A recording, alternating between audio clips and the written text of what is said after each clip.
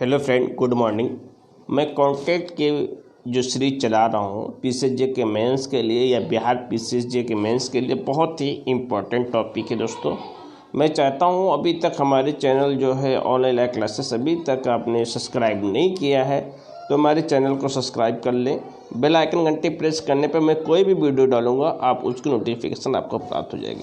दोस्तों मैं बात करता हूँ शून्य करार से संबंधित है और शून्य करार से संबंधित आज टॉपिक है जो सेक्शन 25 से लेकर 30 तक बताई गई है। अब 25 से लेकर 30 तक बताए गए हैं जो करार जो विधि द्वारा परिवर्तनीय नहीं होता, वही एग्रीमेंट जो लीगल जो है इन्फोर्स नहीं करता है तो क्या होता है, शून्य होता है, वाइड होता है। और उसके बाद में करार की धारा 20 के अंतर्गत पक्षकारों के तथ्य संबंधी भूल जो पार्टीज है उसके पार्टीज के अंदर जो इफेक्ट के जो है इफेक्ट लिटिज अगर भूल करता है, मिस्टेक करता है, होने पर शून्य होता है। धारा 23 के अंदर प्रतिफल के उद्देश्य विधि विरुद्ध होने के भी करार क्या होते हैं, शून्य होते हैं। धारा 56 के अंतर्गत असंभव कार्य करने पर करार शून्य होते हैं। इत्यादि शून्य करार का उदाहरण आपके सामने प्रस्तुत किया। अब मैं धारा 25 को देखता हूँ। प्रतिफल के बिना करार जो है कोई भी चीज़ है उसमें अगर एग्रीमेंट में को अगर कंसिडरेशन नहीं है तो उसमें क्या है, शून्य। जबकि जो है कुछ लिखित व रजिस्ट्री का एक अपवाद दिया हुआ है। क्या अपवाद दिया हुआ है? आपका अपवाद जो है लिखित तथा रजिस्ट्रीकृत हो या किसी बात को लिए प्रतिकर देने को वचन या परिसीमा विधि द्वारा किसी ऋण को संदा देने को वचन दिया गया। ये तीन जो है अपवादित हैं। तीन क्या है, आपको अपवादित हैं। क्या अपवादित हैं? पहला है लिखित रजिस्ट्रीकृत, दूसरा है वो किसी बात करने के लिए प्रतिकर देने की परिसीमा विधि द्वारा वर्जित हो, किसी ऋण संदाय को वचन दिया गया हो। इस कंडीशन में जो है क्या है कि जो प्रतिफल है अगर ना भी हो तभी कॉन्ट्रैक्ट क्रिएशन हो जाता है। ठीक। प्रतिफल के बिना करार शून्य सिवाय जबकि ये पहला क्या है, कोई करार लिखित है और दस्तावेज के पंजीकरण के लिए तस्मे प्रवृत्ति के अंतर्गत पंजीकृत हो और एक दूसरे के साथ निकट संबंध रखने वाला हो। एक दूसरे जो के साथ जो क्या हो, निकट संबंध रखने वाले पक्षकारों के मत क्या हो, प्राकृतिक प्रेम और स्नेह के कारण हो। उसका जो नेचुरल प्रेम हो, स्नेह के कारण किया गया करार, तो ये बिना प्रतिफल के भी विद्यमान होंगे। दूसरा कंडीशन कहता है स्वेच्छा से की गई भूतपूर्व सेवा के लिए प्रतिकर देने का वचन। स्वेच्छा से अगर की गई भूतपूर्व सेवा के लिए प्रतिकर देने का वचन, ये बातें की गई हैं। हम धारा 25 को अभी हम जो है रीड करते हैं, फिर उसके बाद देखते हैं क्या धारा 25 जो है बैरेक्ट में क्या कहता है। अब बैरेक्ट में धारा 25 को जो हम देख रहे हैं, धारा 25 को कहते हैं एग्रीमेंट विथआउट कंसिडरेशन। एग्रीमेंट है, विथआउट कंसिडरेशन है तो wide unless it is in writing and registration first और promisee compensate for something done or is promising to pay by debt paid by limitation by law. An agreement made without consideration is void unless। अब first है it is spread in writing and registered under the law for the time being in force for the time registration of document and is made an account of natural love and affection between parties standing in a near relation to each other or unless। Second, it is a promise to compensate wholly or in part a person who has already voluntarily done something for the promisee or something which his promiser was legally compellable to do or unless। 3 it is promisee made in writing and signed by the person to be charged therewith or by his agent generally or especially authorized in that behalf to pay wholly or in part debt of which the creditor might have enforced payment but for the law for time limitation of suit। In any of these cases, such an agreement is a contract. Explanation: nothing in this section shall affect the validity as between the donor and donee of any gift actually made. Explanation: an agreement to which to the consent of the promisee freely given is not void merely because the consideration is inadequate, but inadequacy of the consideration by taken into account by the court determining the question whether the consent of the promisee are freely given. Illustration: a promisee no for consideration to give be 1,000. This is a wide agreement. A natural love affection promisee to give son 1,000 put his promisee be into writing and instead this is a contract. Yes, a contract. See, A finds B give to him B promisee to give 50 rupees. This is a contract. A support is B in any find son B promisee B to pay a expense is done. This is a contract. A owes B 1,000 rupees, but the debt is barred by limitation act. A signed writing promisee to pay 500 on account of the debt. This is a contract. Agreement to sell a horse worth 1,000 or 10 consent to the agreement was freely given. The agreement is a contract notwithstanding an inadequacy of consideration. Agrees to sell a horse worth 1,000 rupees, 10 denies that is a consent to the agreement was freely given. And into consider the consideration is a fact with the contract should be take account considering whether or not consent was freely given. Okay, अब मैं देखता हूँ हिंदी के, अगर हम देखते हैं कि हिंदी में क्या कहता है, कि हिंदी में कहता है, एक मिनट, पहली बात है कोई करार जो है क्या हो, लिखित हो, दस्तावेज पंजीकृत उसमें प्रविध के अंतर्गत जो है उस विधि के अंतर्गत पंजीकृत हो, रजिस्टर्ड हो, एक दूसरे के साथ क्या हो निकट संबंध रखने वाले पक्षकारों के मध्य प्राकृतिक प्रेम सुनिश्चित किया गया तो बिना करार का जो क्या है प्रतिफल विद्यमान है। स्वेच्छा से की गई भूतपूर्व सेवा के लिए प्रतिकर देने का वचन हो। दृष्टांत देते हैं, बी की थैली ए क्या है पड़ा पाता है और उसको दे देता है, ए बी को 50 रुपये देने को वचन देता है, ये क्या संविदा है। काल त्रोहित ऋण भुगतान के लिए की गई प्रतिज्ञा यदि लिखित है, क्या है, अगर लिखित है तो उसमें भारित किए जाने वाले व्यक्ति द्वारा अथवा इसमें निमित्त द्वारा प्राधिकृत उस अभिकर्ता द्वारा हस्ताक्षरित तो उस ऋण का अंशतः पूर्णता भुगतान के लिए की गई हो तो ऋण भुगतान ऋणदाता मर्यादा के अभाव में कर लेता हो तो क्या है, जब कॉन्ट्रैक्ट है। बी को 1,000 रुपये ए को देख हैं किंतु ये ऋण परिसीमा विधि वरित है, यह उस ऋण संबंधी को 500 रुपये देने के वचन हस्ताक्षरित ये संविदा है। अब हम बात करते हैं विवाह अवरोधक करार 26। हर ऐसे करार शून्य है जो अपर्याप्त से भिन्न किसी व्यक्ति के विवाह को अवराध हो, यानी किसी विवाह को अगर ऐसे कोई विवाह है अगर विवाह को रोकते हैं तो उस कंडीशन में क्या है, विवाह जो शून्य है। अब इस संबंध में अंग्ल विधि और भारतीय विधि में विभेद है। जहां अंग्ल विधि में ये अवरोध पूर्ण न होकर आंशिक तो करार शून्य होती है, परंतु भारतीय विधि में अवरोधक करार शून्य होता है, भले ही अवरोधक आंशिक ही क्यों ना हो। अब मैं इसको जो डायरेक्ट में देखता हूँ क्या कहता है,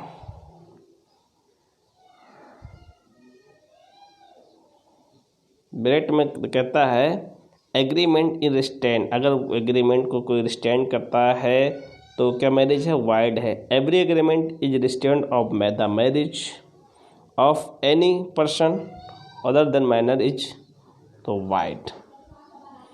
अगर अदर देन क्या है, माइनर है। तो अगर कोई विवाह है और विवाह जो कोई माइनर का हो रहा है, यानी 18 से, अगर बालक की आयु जो है 18 साल है और लड़की की आयु जो है 16 साल है, और इस कंडीशन में अगर विवाह को जो रोका जाता है तो विवाह, अगर ये विवाह कंप्लीट हो जाती तब भी वाइड था, अगर विवाह रोक दिया जाता है तो भी शून्य है। ठीक, अब हम बात करते हैं 27 की। 27 की क्या पहले से 27 कहता है व्यापार और का अवरोधक करार शून्य। प्रत्येक करार जिससे कोई व्यक्ति किसी प्रकार के विधिपूर्ण व्यवसाय, कारोबार या अवरुद्ध होता है, अवरोध का विस्तार तक शून्य है। एक कैसा था, मधोचंद्र बनाम राजकुमार ने वादी और पतवादी एक ही मोहल्ले में एक ही तरह के कारोबार करते थे। पतवादी ने वादी से ये करार किया कि वादी अपनी दुकान उस मोहल्ले से हटा दे तो कुछ धन देगा। वादी ने मोहल्ले से दुकान हटा दिया तथा उक्त मांग के परंतु पतवादी धन नहीं दिया। वादी ने वाद चलाया। न्यायालय ने करार धारा 27 के अंतर्गत क्या शून्य ठहराया गया। इस वाद का अवरोधक आंशिक था। इस कंडीशन में जो है कोर्ट ने है वाइड कर दिया गया और ये कहा ऐसा करार जो है पाटली था। इस प्रकार यदि कोई करार किसी व्यक्ति के विधिपूर्ण पेशा, व्यापार, कारोबार से रोकता है, जिस सीमा तक वो रोकता है उस सीमा तक वो क्या है, शून्य है। अपवाद है, उपयुक्त समान नियम कुछ अपवाद हैं। पहले क्या है, यदि कोई व्यक्ति गुडविल बेचने का कार्य क्रेता से करता है और वो कहता है कि एक निश्चित समय के भीतर जिस कारोबार का गुडविल का विक्रय कर रहा है उसका कारोबार उस समय तक नहीं करेगा जब तक कि क्रेता उसका उत्तराधिकारी उससे कारोबार को करता हो, तो यह करार विद्यमान होगा।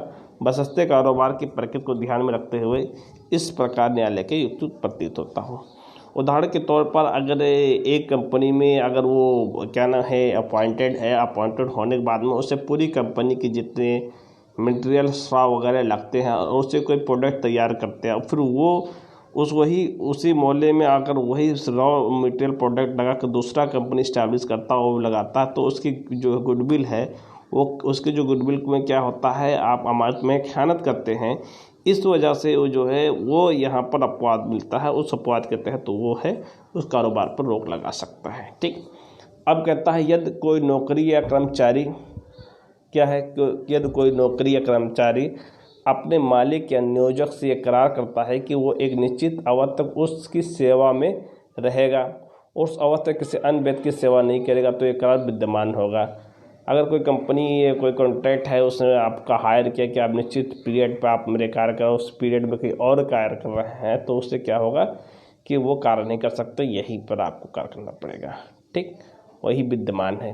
कभी भी एक समान का कारोबार व्यापार करने वाले व्यापारी अथवा विनिर्माता आपस में क्या करते, कोई निश्चित मूल्य पर कम अपना माल नहीं बेचेगा और लाभ के लिए समान फंड में जमा करेंगे। ये लाभ के एक निश्चित अनुपात में आपस में ही विभाजित करेंगे, तो करार शून्य नहीं होगा, मगर एक अधिकार स्थापित करने में किया गया तो शून्य होगा।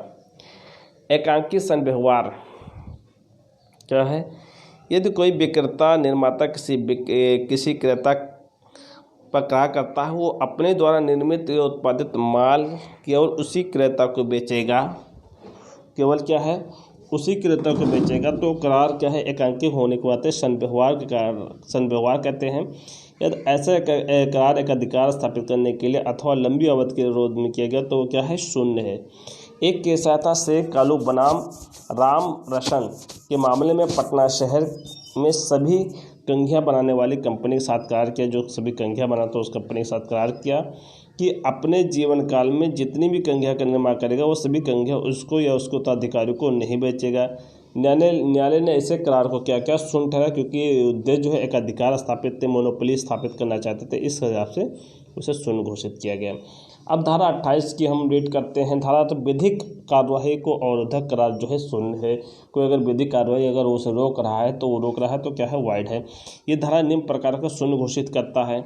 यदि कोई करार किसी पक्षकार को संविदा के अंतर्गत संविदा के संबंध में प्राप्त अधिकारों का साधारण न्यायालय सामान्य वैध कार्यवाही द्वारा परिवर्तित कराने से रोकता है, यानी जो कार्यवाही सामान्य न्यायालय द्वारा अगर परिवर्तित रोकता है तो उस विस्तार तक जिस विस्तार तक रोकता है वो शून्य है।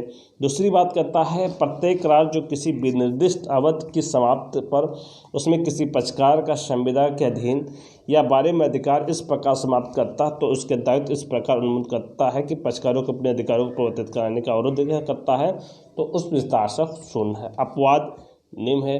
धारा 28 में ऐसे संविदा भेद नहीं होंगी जिसके दो या दो अधिक व्यक्ति कार्य करते हैं कि किसी विषय के बारे में, यानी कोई सब्जेक्ट के बारे में जो विवाद उनके बीच में पैदा होगा, जो कोई विवाद उनके बीच में पैदा होगा उसके मध्यस्थ निर्णय के लिए निर्देशित किया जाएगा और इस प्रकार निर्देशित विवाद के बारे में केवल वो रकम वसूल की जाएगी ऐसा मदद निर्धारित करेगा। धारा 28 की बात करता है कि ऐसी कोई लिखित संविदा को अवैध नहीं करती है। धारा 28 कहती है ऐसी कोई लिखित संविदा है जो अवैध नहीं करती है जिसमें दो या दो से अधिक व्यक्ति किसी प्रश्न को जो उनके मध्य जो किसी भी प्रश्न है जो उनके मध्य पैदा हो गया है तो मध्यस्थता के लिए क्या है निर्देशित करने का करार करते हैं। 29 कहते हैं करार अनिश्चित के कारण क्या है शून्य है। जो करार है वो अनिश्चित होने के कारण क्या है शून्य है। वो करार जिसका अर्थ निश्चित नहीं होता है और निश्चित नहीं होने के कारण जो है वो शून्य है। एक केस आया था गुथिंग बनाम लेन के वाद में घोड़ा इस शर्त पर क्रय किया गया था कि यदि घोड़ा किस्मत वाला होगा तो वो क्रेता को 5 पाउंड से अधिक देगा, यानी वो घोड़ा है, घोड़ा से एग्रीमेंट करता है घोड़ा किस्मतदार निकला तो मैं आपको 5 पाउंड से अधिक दूंगा। ये अनिश्चित के आधार पर क्या है शून्य ठहराया गया। कलकत्ता उच्च न्यायालय ने कहा भविष्य में करार करने और आधार पर संविदा का निर्माण नहीं होगा, इससे क्या है परिवर्तित नहीं कराया जा सकेगा। ये जो नारियल के तेल का व्यवसायी है, ये जो नारियल का तेल का व्यवसायी बी को 100 टन तेल बेचने का करार करता है। ये व्यापार की प्रकृति शब्दों का अर्थ आप उपदर्शित करती है कि ये 100 टन नारियल तेल विक्रय के लिए संविदा की है। जहाँ पर बी ए के 100 टन तेल बेचने का करार करता है उसमें ये दर्शित करने कुछ है ना कुछ है तो उसका तराल किस तरह का तेल आश्रित है, करार आश्रित होने के कारण वो शून्य है।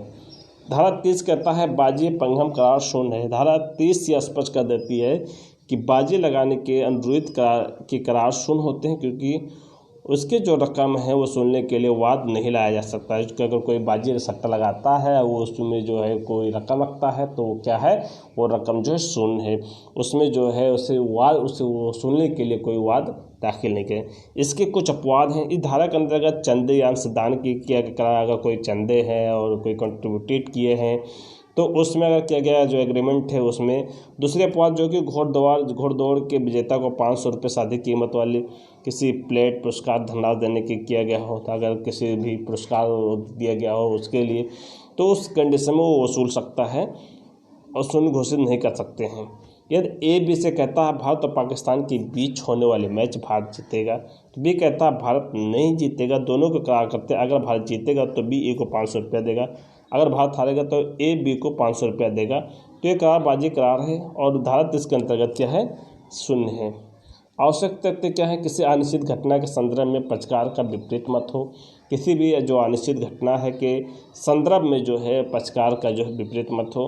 करार के प्रत्येक पक्षकार जितने या हारने की संभावना हो।